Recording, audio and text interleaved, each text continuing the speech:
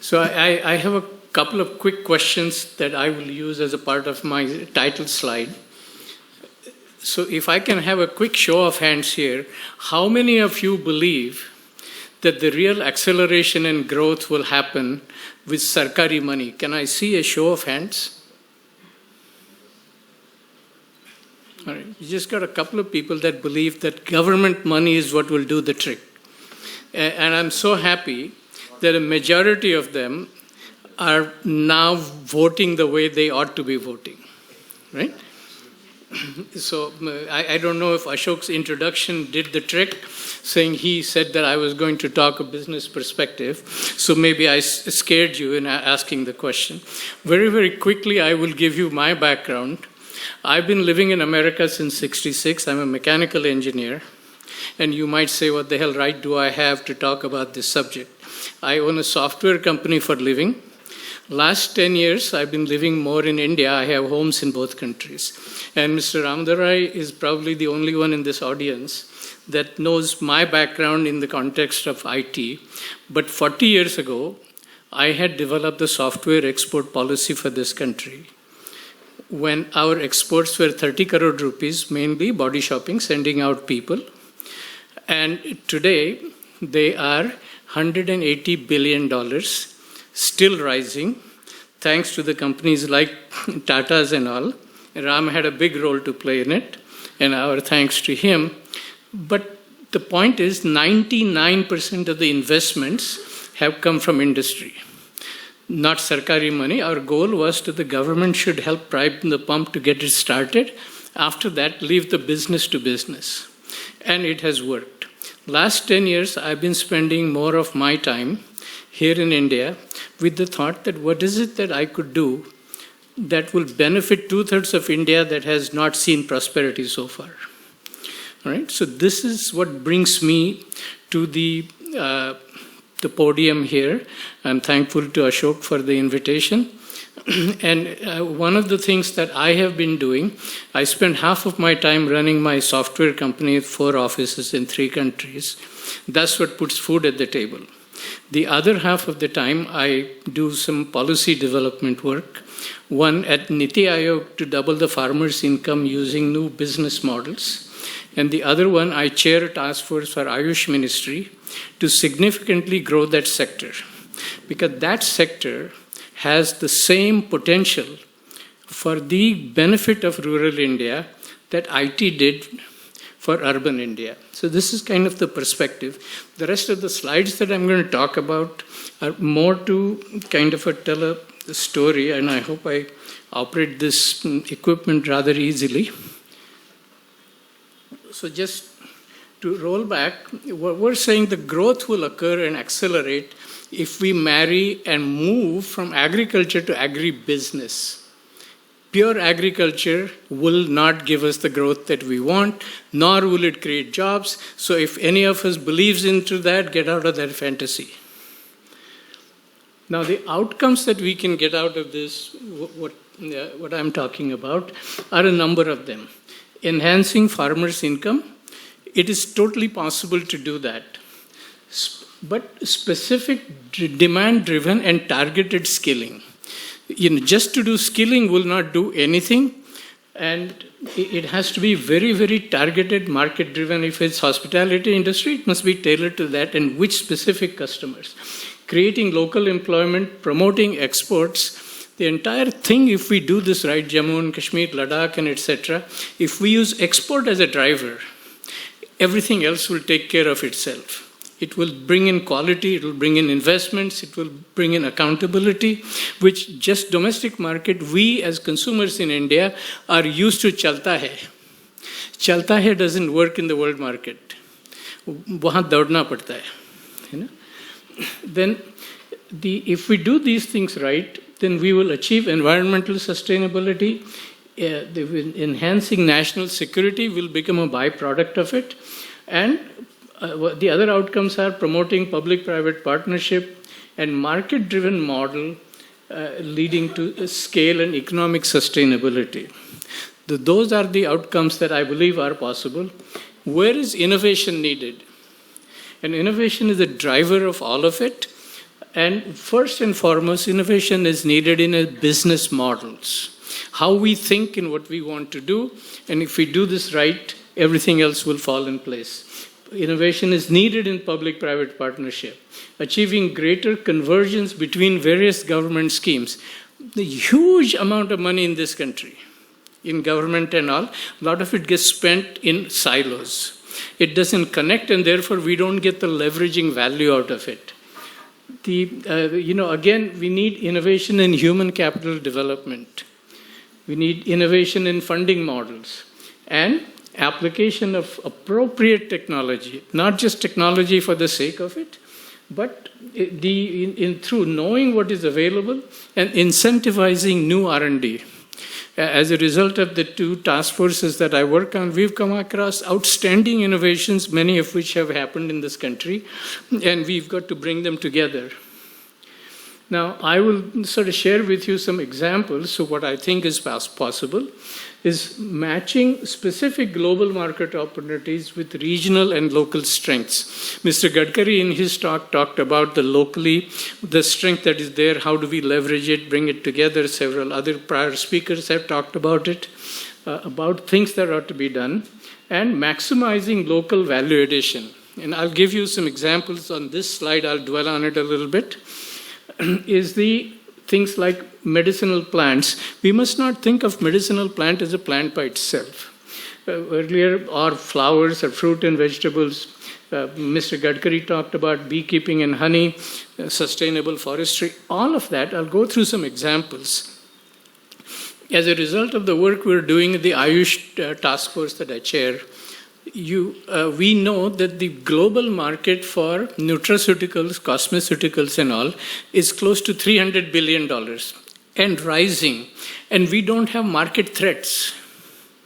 Nobody is going to fight against us from commodity levels, this or that. There's no maramari going on. So it's a greenfield opportunity for us if we add value. The Indian nutraceutical industry is doing a respectable job today. We are about $1 billion, maybe $2 billion level. But as you'll see, that is less than 1% of the global opportunity.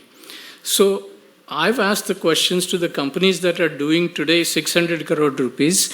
What does it take you to do? Take your business to 6,000 crore rupees. It won't happen through 10% increases. It has to be 10x or more, right? Non-linear growth. This is possible. Now, by locally processing medicinal plants growing in Jammu, Kashmir, Ladakh, etc., we must not think about exporting them as herbs. We must do local extraction that gets rid of perishability, makes it more compact and all, move it to other parts of the country for subsequent value addition, and then export it. Give you a large number of examples that will come out of this. We all eat haldi in our food every day. Haldi alone doesn't mean much, but if I process it into curcumin, it has a large global market. Today, I know of companies that will buy 25,000 tons of haldi from you if they get good quality, higher curcumin content haldi. Now, that value chain is what creates jobs, creates economic opportunity, etc. Flowers. Flowers have the highest perishability. But can we not think about extraction of the essential oils from flowers? Now the value addition goes huge. Global market, if we have those organically grown high-value products, it will achieve what we want to achieve. Fruit and vegetables. Don't think of Kashmir apples as apples. The best that the apple farmer will get out of per kilo of apple is 40 rupees. The bazaar mein the market price may go to 150 at different times. The farmer doesn't get that money. But if you imagine that I have apples, now I make juice out of it. The 75% that is left after the juice extraction has a huge set of chemicals that are healthy chemicals. Now the value of that kilo of apple becomes 400 rupees. You get the drift? And the amount of investment required is not that much. We get rid of perishability, we don't have a transportation problem, etc. So we have to think different is the point I want to make. You look at beekeeping and honey. One of the biggest problems India has, we reached 5 minutes? Huh? Yeah. I mean, keeping me honest is your job, General. Yeah, no problem. I mean, I'll keep talking, but I don't want to because, you'll just curse me out of hunger, which I don't want. Yeah. Now, in case of beekeeping and honey, India has a very, very tiny global market. Yet the global market is huge. And why do we have a tiny market? It's because we adulterate. All right? Mr. Gadkari talked about high altitude honey, that is good, but our culture is such that we'll figure out a way to cheat with sugar water and other things. And now we have completely diluted the brand. But now innovation is available. I've talked to some young people whereby an instrument the size of my fist will let you analyze right there when the beekeeper brings the honey, is it adulterated honey or not? If it's adulterated, throw it away. If it's good, give him a premium. Make him accountable for quality and begin that quality that point onwards. Then there is a huge market. The beekeeping and honey business through the whole value chain as a country will create 2 million jobs, and it doesn't need land.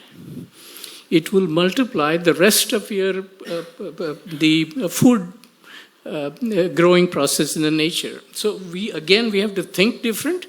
We are not going to make our people honest. We just have to make sure that we incentivize, put the right systems in place so the dishonesty doesn't get rewarded. That's sort of the key. And sustainable forestry, and earlier the Maharaja talked about the deforestation and all that has taken place in the state. But you can create sustainable forestry so that it's economically viable and you generate forestry. Now, the key ministries and agencies that we have to converge, and we're looking at models for doing that right now, MSME, agriculture, animal husbandry, rural development, food processing, etc., Ayush, commerce and industry, finance, every one of them have schemes. And they all operate as islands. There are no bridges between these islands. One secretary will write to another secretary with a letter. He'll get a polite response that is developed by some joint secretary, and the file sits there. It does not achieve the result, but I think there is a way to multiply that money. There's a role of technology. Many opportunities for technology. 2 minutes left? Yeah, done. I'll make sure of that. To improve and measure quality, first and foremost, major improvement in productivity. We produce a large amount of lot of things, but our productivity internationally is terrible. And we must address that, we must fix it, and it's fixable. Water conservation and management, satellite mapping for practical use, not as a fantasy, not as a fashion. Natural farming, we can do completely chemical-free farming. I've seen evidences of it. Right? Improves the soil quality, reduces water consumption and all of that, but it needs to be disseminated, that information, properly. I certainly like to see Jammu and Kashmir and Ladakh take to this kind of a opportunity. It's not expensive to do that. Non-chemical pest control. It's possible. The technology is developed in this country. You can drink it, and it will get rid of the pests. It doesn't kill the pest with poison. It makes the respiration such that the pest dies on his own. Right? Soil and water testing. The technology is available in the country. We must bring the best practices to the market. What happened? The funding. Maximizing private investment by leveraging government funding. For a little while, take the help of government. That's okay. Then minimizing interest cost by subsidizing interest rates the bad spelling there, or bad words, based on outcomes. Let the market rate by the borrower be the market rate. Then if they do a good job, give them an incentive for it, so they'll work for it rather than ripping off the banks and the government. Leveraging CSR funding where possible.